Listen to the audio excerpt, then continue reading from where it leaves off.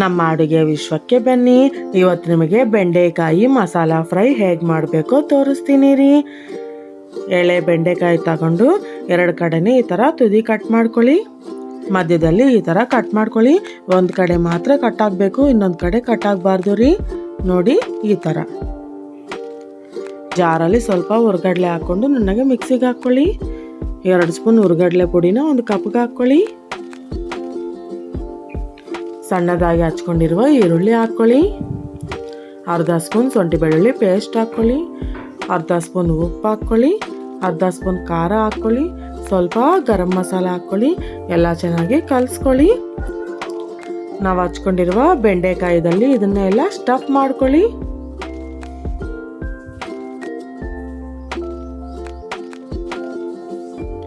ಎಲ್ಲ ಅದೇ ಥರ ಮಾಡ್ಕೊಳ್ಳಿ. ಒಂದು ತವ ಮೇಲೆ ಸ್ವಲ್ಪ ಎಣ್ಣೆ ಹಾಕ್ಕೊಳ್ಳಿ. ನೋಡಿ ಎಲ್ಲ ಬೆಂಡೆಕಾಯಿ ಈ ಥರ ಇಡಿ. ಆವಾಗ ತಿರುಗಿಸ್ಕೊಳ್ತಾ ಚೆನ್ನಾಗಿ ಫ್ರೈ ಮಾಡ್ಕೊಳ್ಳಿ. ಇದನ್ನು ಚಪಾತಿ ಅನ್ನ ಏನರಲ್ಲಾದರೂ ತಿನ್ಬೋದು ರೀ, ಹಾಗೇನು ತಿನ್ಬೋದು, ಅಷ್ಟು ಚೆನ್ನಾಗಿರುತ್ತೆ ರೀ. ನೀವು ಒಂದ್ಸಲ ಟ್ರೈ ಮಾಡಿ. ಇಷ್ಟ ಆದರೆ ನಮ್ಮ ಅಡುಗೆ ಚಾನಲ್ನ ಸಬ್ಸ್ಕ್ರೈಬ್ ಮಾಡ್ಕೊಳ್ಳಿ ಮತ್ತು ಹೊಸ ರುಚಿಗಳನ್ನು ಅನುಭವಿಸಿ.